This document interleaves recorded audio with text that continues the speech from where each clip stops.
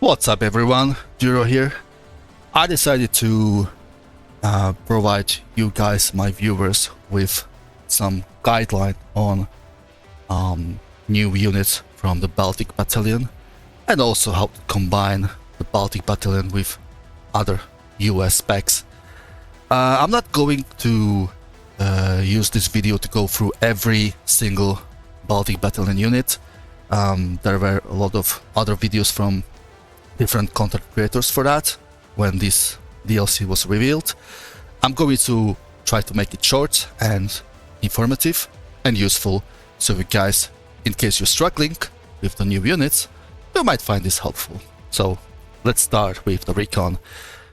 ASD scouts are not really good because the Spike SR has low range and low damage, and although it's fire and forget, it can easily be smoked out and even can easily avoid the missile if you see it coming at you, because it flies really slowly. So, and you can get overshot by enemy tanks or AC because the range is very low. So I don't recommend using this. Instead, swap to Jägeris, which are basically Rangers RRC standoff, or SUV, which are the Latvian Special Forces. Very similar to Pararescue, but they also have the automatic grenade launchers, which makes them useful in a combat outside of the same building or very close combat. Then we have the KNT, similar to PDSS, but these guys don't have the same fighting capability, so use them purely only for the recon. And in case your battle group lacks any snipers from other specs, you have to use either Sniper It or Sniper Commander. I don't use snipers for fight, so I use this cheaper version. Scimitar is useful light autocannon fire support, very useful early game, not that much later. Spartan has this interesting combination of M2 and Spike. I also recommend using the up armor version. This Spike is the top attack with much higher range, and it's a terminal guidance, and you can also fire it on the move, so that's very useful when you are assaulting enemy positions. Then we have the recoilless rifle or RBS-56. If you want, you can use them. The range is not huge, you usually get killed by returning fire, but of course you might use them in a double, might work. And then we have the very fast transport jeep that is equivalent to the one in the Special Forces. Infantry. We have reservists. I found very useful the Kaisalit because they have this anti-infantry rocket launcher, which is very cheap considering you have only 5-man squad, but be careful because you can lose these guys very quickly, and they don't fire very soon, very quickly, because they have only 1 rocket launcher and 5 ammo. And then we have the Casp and Zemesardze. I haven't found Casp very useful, but Zemesardze might be good for holding some flanks or just providing you with additional cheap possibility of map control, or you can just throw them into the enemy before the main assault. Then we have the Estsov. These are perfect standoff anti-infantry, but I prefer Zalyukai. This 9-man squad is something between Pararescue and Delta Force. You have 9 men, which is same as the Rangers. You can try both. I haven't been disappointed yet. The only downside is that you can bring only 2. Then we have the line infantry. The first one is Jelka Vejalu. You're paying 10 points premium, but I don't think it's really worth it. What I mostly use are either Kieldizinis Vilkas or Mechanizetie Kainieki. These guys are better at the standoff, these guys are better and you need to fight closer, and these 84s are shot much quicker because there's 6 different launchers. Heavy machine guns were buffed, but if you want to focus on ground support, I always recommend bringing grenade launcher on top of machine guns. Machine guns are useful only in case you need to defend against helicopters, but you have a lot more other units for that purpose. So I recommend using grenade launchers instead. ATGM, very interesting variants over here. So either you have the Milan ER, which has a double launcher, so these 4-man squads can easily penetrate the APS with quite significant penetration, and also damage is nothing to sneeze at. Or you have the javelins, these are the base ones. I recommend using these guys in the doubles, so the second one will get through. And you have spikes. The spikes flies a bit faster and it has a premium range, but I think it's quite a lot to pay 110 points for 4-man squad that die very easily, because when enemy find that you have a spike in a building, you can expect enemy artillery, and that kills it quite quickly. And then we have the Piorun, the Manpat, which is the equivalent of the Russian Verba, or RBS-70, that is the Swedish launcher, I believe, but you can't shoot while moving, so you have to stay on the same place. You can't follow helicopters. And then you have Double Chrome, it's basically Stinger. Vehicles. CV-90 is the new infantry fighting vehicles addition to the well-established US family. You can bring the base one, Mark III, with very strong Bushmaster, or Mark IV, which also add to spikes and APS. I don't think it's worth it to pay 70 points for this upgrade. I rather stick with the basic variant, but feel free to use this and let me know in the comments if it worked for you. I highly recommend using the up-armored variant. You get the best kinetic armor on the US for infantry fighting vehicles. You have better than the Bradley or AMPV, but your anti-explosive armor is very weak, so be careful when fighting the enemy rocket launchers or ATGMs. Then we have the very cheap Jeeps with different kind of ATGM systems. I highly recommend using the Spike. For 70 points, it's very cheap. Leopard, always bring machine gun, because otherwise you will have nothing much against enemy infantry. At least I felt that way. And then you can use the default variant of the up armored variant with 18 HP, or the trophy protection but with 17 HP, but for trophies. I think this is very expensive for what it can do, because the Abramses in this price range already have 500 pen against 500 kinetic pen, so I rather stick to this cheaper version with more HP, but also more side armor. It's up to you. I don't recommend using the most expensive variant. Then we have the first ground drone, unmanned drone in the game. The thing is that this unit cannot get suppressed because there's nobody inside, but it has only 14 health and it can die very easily, so the non-suppression, this doesn't really come that helpful, but I might need to try it more because I wasn't very successful with this unit yet. You can either equip with Bushmaster 2 or Spike, or you can stay at the original variant with 1 Javelin. That's completely up to you. You can spam these units. It will not hurt you if you lose any of those. It's quite interesting. Oh, this base version doesn't have smoke. You need smoke because otherwise you die very quickly, so either use this one or this. Then we have a Vilkas, which is basically a better striker, but with bit worse armor, especially against the well, the kinetic armor is a bit higher because striker has 80, but the explosive armor is much lower. So again, be careful against enemy RPGs, and that's why I take the APS variant for 35 points more. Spike ATGM is also good. Like I said, you can fire this on the move, so feel free to utilize this. XA180 is cheap transport. Regarding supports, we have quite mediocre anti-air defense, to be honest.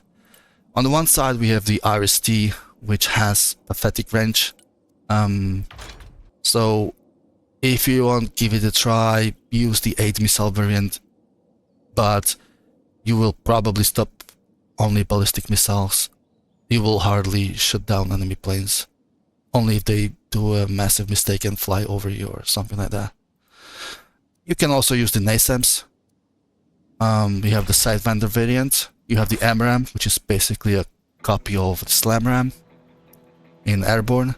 And you have MRAM ER.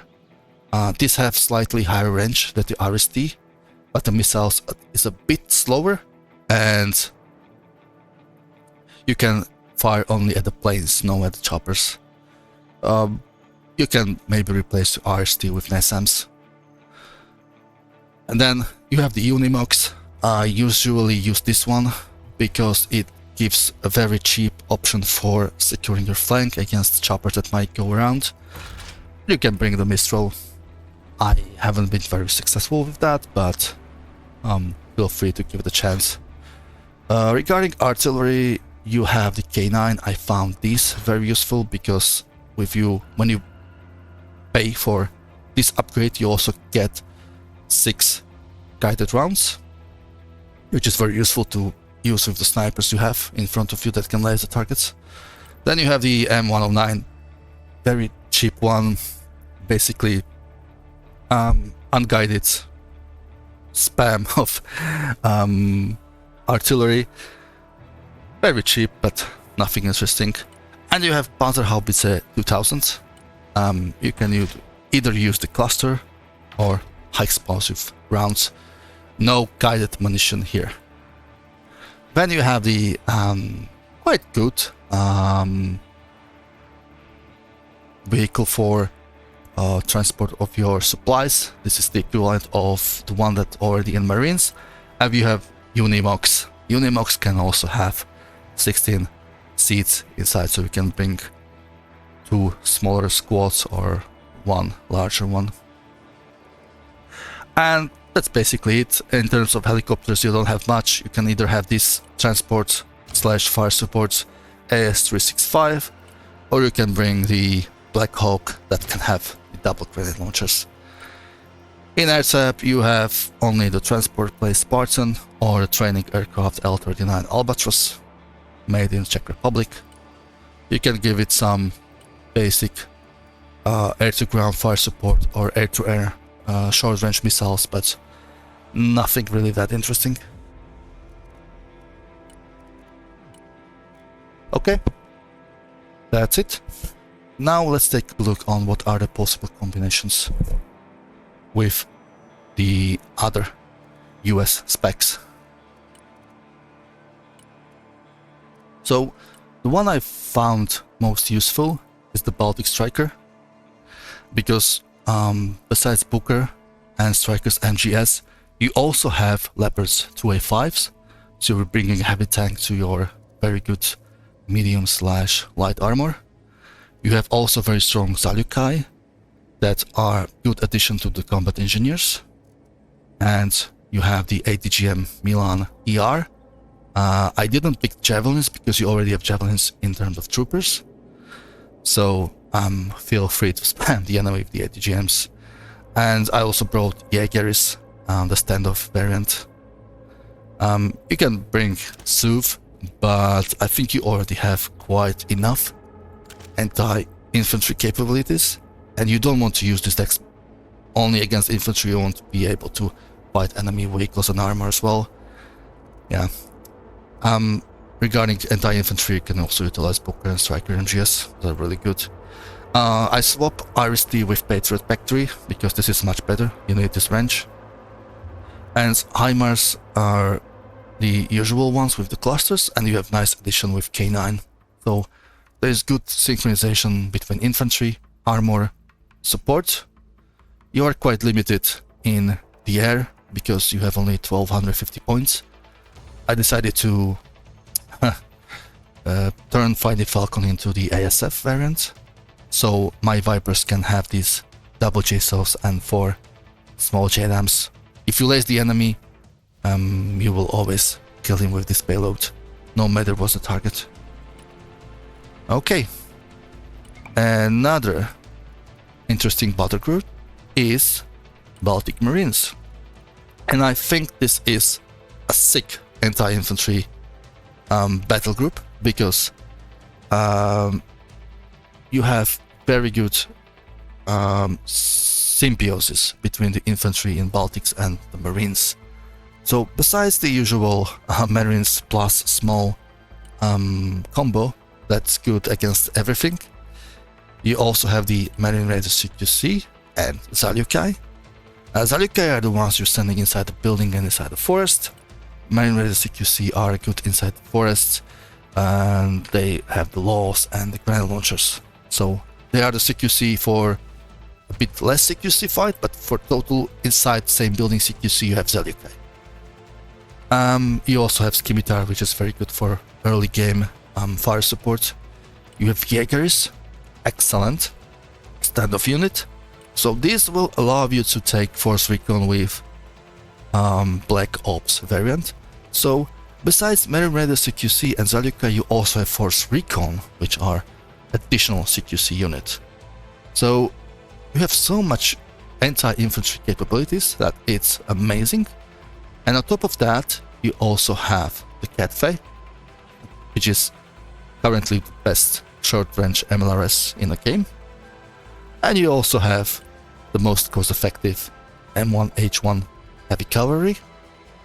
And you also have a bit better helicopters and air, allowing you to play early game and also to have some seed and JSOs in addition to good ASF this time.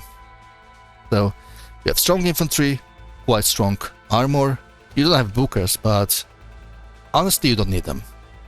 You have very strong support and you have quite decent air, both helicopters and planes. And when we take a look at another interesting combination, that's a Baltic Airborne. Baltic Airborne is similar to Baltic Striker, but in this case you are trading vehicles with air.